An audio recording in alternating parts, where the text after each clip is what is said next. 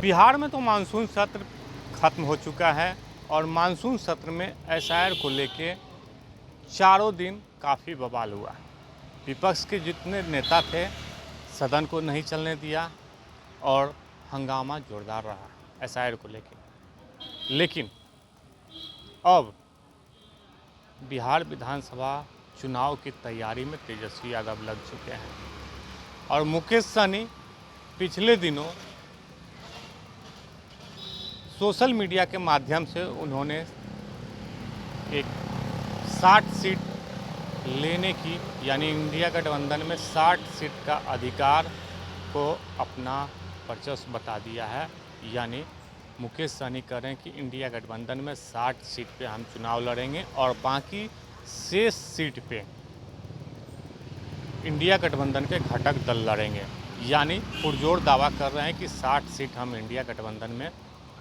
चुनाव लड़ेंगे। लेकिन आज नेता प्रतिपक्ष तेजस्वी यादव अपने सरकारी आवास एक पोलो रोड पे बड़ी बैठक बुला लिए हैं, क्योंकि मुकेश सहनी का दावा बहुत कुछ कहता है कि आखिर सोशल मीडिया पे उन्होंने ये क्यों डाला। पिछले कई महीने पहले की बात कर लें तो मुकेश सहनी कहते थे कि हम बिहार के डिप्टी सीएम होंगे, लेकिन नेता प्रतिपक्ष तेजस्वी यादव कहीं भी नहीं बोले कि मुकेश सहनी जो हैं वीआईपी सुप्रीमो वो डिप्टी सीएम के दावेदार होंगे। लेकिन कहते थे सम्मानजनक उनको सीटें मिलेगी। लेकिन अब मुकेश सहनी कह रहे हैं कि 60 सीट पे हम चुनाव लड़ेंगे। आज बड़ी बैठक है इंडिया गठबंधन की, जिसमें नेता प्रतिपक्ष तेजस्वी यादव भी उन्होंने पिछले बैठक में भी सभी इंडिया गठबंधन के जो घटक दल हैं उनको अपना अपना एक लिस्ट तैयार करने को कहा गया था कि आप कहां से चुनाव लड़ेंगे, कि कौन उम्मीदवार होगा, कितने जाति के जो लोग हैं कैसे आपको वोट करेंगे, ये सब एक लिस्ट मांगा गया था। जो पिछले बैठक में जितने इंडिया गठबंधन के घटक दल हैं वो नेता प्रतिपक्ष तेजस्वी यादव को सौंप दिया गया था। लेकिन आज बड़ी बैठक इसलिए है कि चुनाव नज़दीक है, कैंपेनिंग करना ज़रूरी है और किस मुद्दे पर चुनाव लड़ना है ये भी ज़रूरी है, और उसको लेके सीटें किस घटक दल को कितना मिलना है उस पर आज विचार विमर्श होना है कि यदि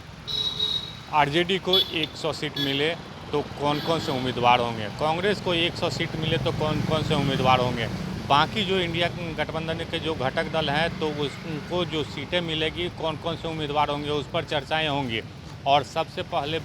बड़ी बात यह है कि जितने इंडिया गठबंधन के घटक दल हैं अपने अपने उम्मीदवारों को चयन भी अंदरूनी तरीके से कर चुके हैं और जाति समीकरण को देखते हुए तेजस्वी यादव चाहते हैं कि आज जो बैठक होनी है उसमें जाति समीकरण के मुताबिक जो उम्मीदवार होंगे उनको ज़्यादा तवज्जो दिया जाएगा और जो नेता क्षेत्र में रह के जनताओं की समस्या को सुनते हैं, जनताओं की समस्याओं को उनसे उबारने का प्रयास करते हैं, उनको टिकट दिया जाएगा। और आज बड़ी बैठक है कि इसलिए कि इंडिया गठबंधन के जो सीट शेयरिंग का जो मामला है वो आज सुलझने वाला है, क्योंकि नेता प्रतिपक्ष तेजस्वी यादव रहेंगे,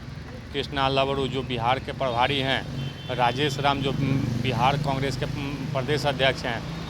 उसके बाद लेफ्ट के जितने घटक दल हैं सभी के सीट्स नेता वहां पर मौजूद रहेंगे। तो देखने वाली बात होगी कि आज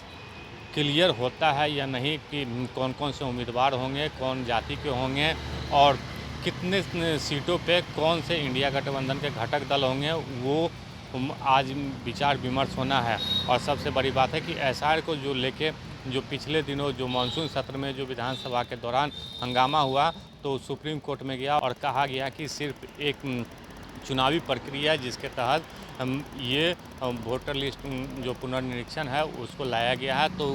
विपक्ष के जो नेता हैं उनको आड़े हाथ लिया गया, क्योंकि कहा गया कि ये सिर्फ चुनावी प्रक्रिया है जिससे गुजरना पड़ता है।